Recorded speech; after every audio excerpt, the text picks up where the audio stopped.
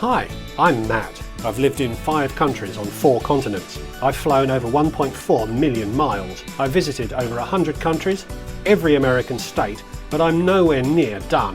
So subscribe to see where I go next and perhaps get some inspiration for your next trip.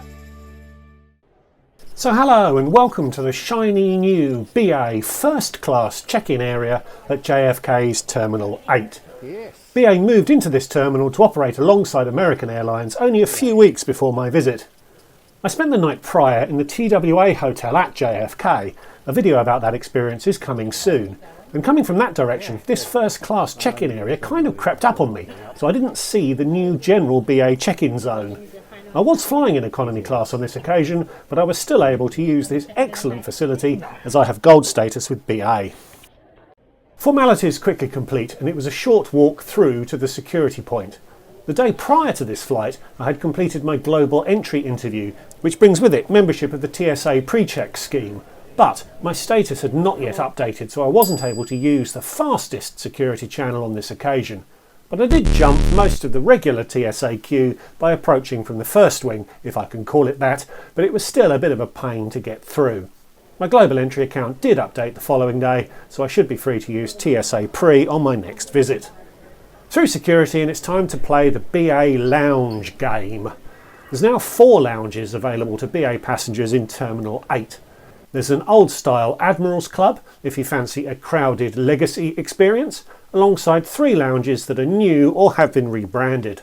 The old flagship lounge, which I actually quite liked, has been rebranded as the Greenwich Lounge, which is a business class silver status lounge, but I didn't get to visit it this time through. The Soho Lounge is the new gold status lounge, which is also used by first class passengers on other One World airlines. And the Chelsea Lounge is the first class lounge for BA passengers plus gold guest list members of the executive club. It's actually a little more complicated than that, and I'll spare you the details, mostly because I don't really understand them myself. I gather the gate agents can also get a bit confused. Those 3 names were chosen as they are districts of both London and New York, but I think it makes things unnecessarily complicated compared to the more familiar Business, First and Concorde lounge structure. If you don't know London well and don't instinctively know how those 3 districts rank in prestige, it makes it really difficult to judge which one you need to aim for. And I have no idea whether the 3 districts in New York have the same ranking. There are some helpful signs though, but you can see from how much wording those signs carry that it's really not easy. I was entitled to use the Soho Lounge as a gold card holder, which is a brand new facility that was up in the lift to the right and was located next door to the very poshest Chelsea Lounge. Good. And it was really, really good. There was one lounge entry rule I was able to confirm though. I'd arrived into the same terminal the afternoon prior on an economy class domestic flight from Miami and had headed to the Soho Lounge then, mainly as an experiment, as I'd seen conflicting reports online as to whether I'd be let in. And I was let in. If you're departing on an international flight as a gold card holder and arrive within 24 hours of that departure on a domestic flight, you can get in even if it's on a different day. So I'd been able to get some footage of the lounge in the afternoon as well as the next morning. Yes, I flew to London in the morning. The food offering was strong in both the morning and the afternoon, and there was plenty of room, although neither of my visits came in the evening when the majority of BA flights leave. There's a nice view, indeed the best view of all of the lounges, including the more premium Chelsea Lounge, which I wasn't able to visit, but which has no windows at all. Beer and wine was available for self-pour, the latter via one of those automated machine thingies.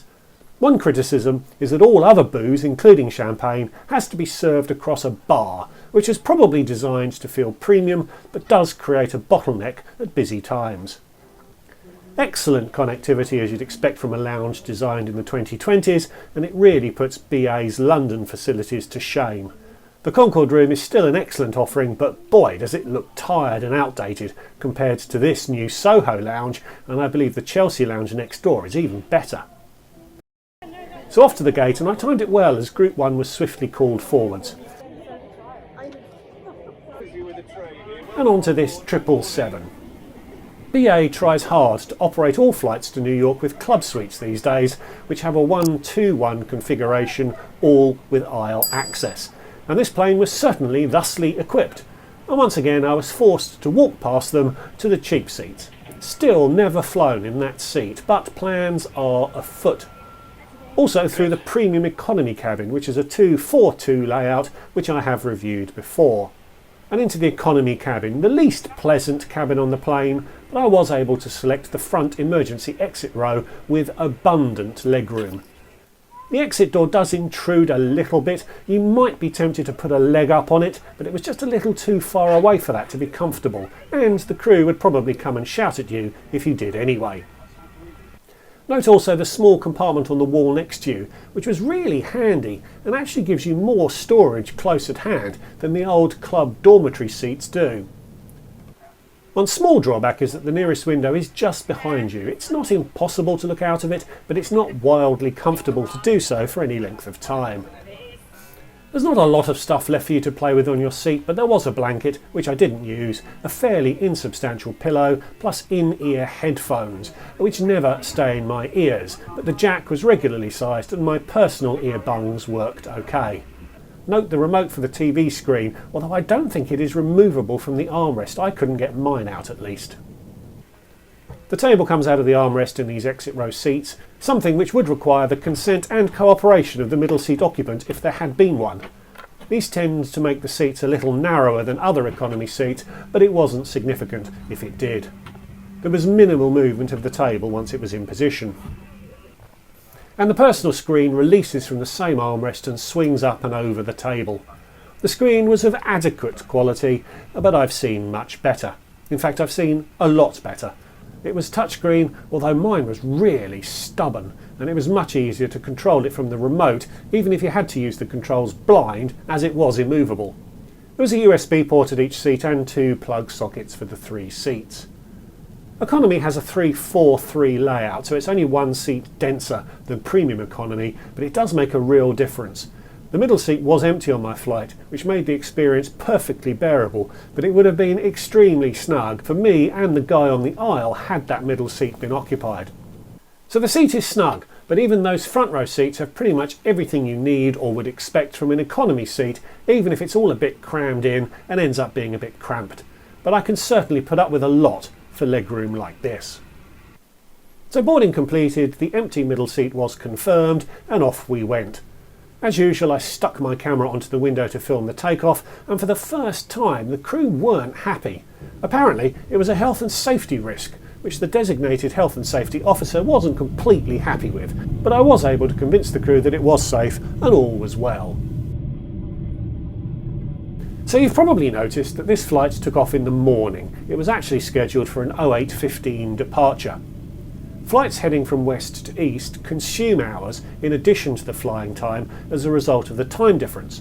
So a 7-hour flight from New York to London also crosses 5 time zones, resulting in the flight taking 12 hours according to the schedules. A westbound flight takes about 8 flying hours, but regains the 5 time zones, resulting in a net 3-hour flight. For that reason, eastbound flights almost always fly overnight, as a 7, 8 or 9 p.m. departure leads to a 7, 8 or 9 a.m. arrival. Westbound flights are all daytime flights, as Heathrow's curfew makes an overnight westbound flight impracticable to schedule. I really dislike short overnight flights. A 7-hour flight might allow for 5 hours of sleep once the climb and descent are taken into account. And that's assuming you're in a premium cabin where it is possible to sleep. It can be an awful experience trying to sleep up the back of the plane in economy. There's even less time for sleep if you want to enjoy any of the food and beverage offered, which I struggle to turn down in premium cabins, as I always feel that I need to enjoy it as I've paid for it. I said eastbound flights almost always fly overnight because there are a couple that don't. British Airways, American and Virgin all currently offer daytime flights from New York to London. They still take 12 elapsed hours, but as they depart New York before 9 a.m, they land in London's evening.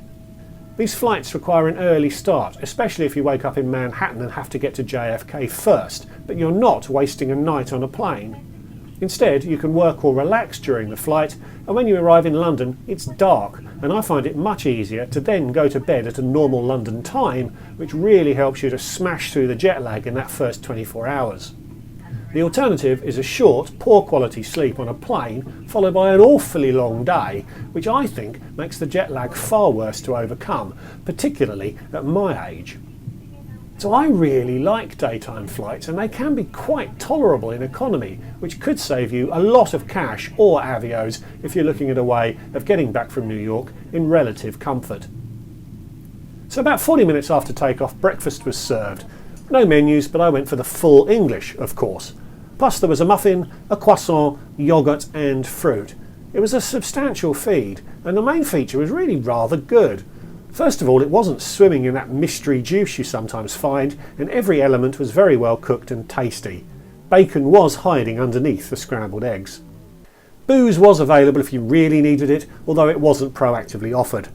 And after the meal was cleared, you were free to settle in to pass the time. There was no expectation of going to sleep. I was actually really productive on this flight and got a lot of scripting and editing done. Again, it would have been quite challenging had the middle seat been occupied, but I ended up with quite a pleasant setup. So the loo. It's an airplane loo. It's all you need and not a lot else.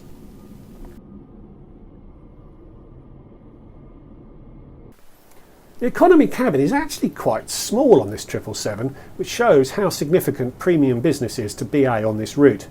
There's actually more space on the plane devoted to the business cabin than there is to economy, although the different densities means there's 138 economy seats compared to 49 in business. About an hour before landing, a snack came round. I went for an empanada, which hit the spot but won't linger in the memory for longer than it takes to edit this video. Plus an orange juice. Again, alcohol was available, but for once I was quite happy to stay dry all flight. The crew was also really good, friendly, personable, and they seemed to be actually enjoying their jobs, which hasn't always been the case on BA flights over the last years. Flight time ended up being only around 6 and a bit hours that day, as the prevailing jet stream helped shove us along. 4 hours and 56 minutes is the record for a non-supersonic flight, and you'd certainly not have gotten enough sleep on that flight. And down into London. I paid 25,000 avios plus just £49 in taxes and fees for this flight, which I think is exceptional value. I've wanted to cover a long-haul BA flight in economy for some time. It's the only cabin I've not reviewed on this channel, and I'm very happy to have done so on this type of flight. Day flights from the US East Coast are not well understood, and I think most people assume they have to inconvenience themselves on an overnight flight if they visit New York. You can in fact take a day flight both ways. You do sacrifice some time in New York in exchange for a smoother transition back to the UK and into the UK's time zone, but that's a trade-off that I'm prepared to take. And taking that flight in economy, albeit with an empty middle seat, was, dare I say it, quite a pleasant experience. And once again a very smooth immigration process straight through the automated gates with no waiting. So thanks for watching, I hope you enjoyed it. Please give this video a like if you did, and leave me a comment. Would you now consider a day flight back from New York? Please subscribe if you're new, and if you'd like to support what I'm doing more directly, there is a Patreon account, the link to which is in the description below. So thanks again for watching, and I'll see you all in the next one. Goodbye.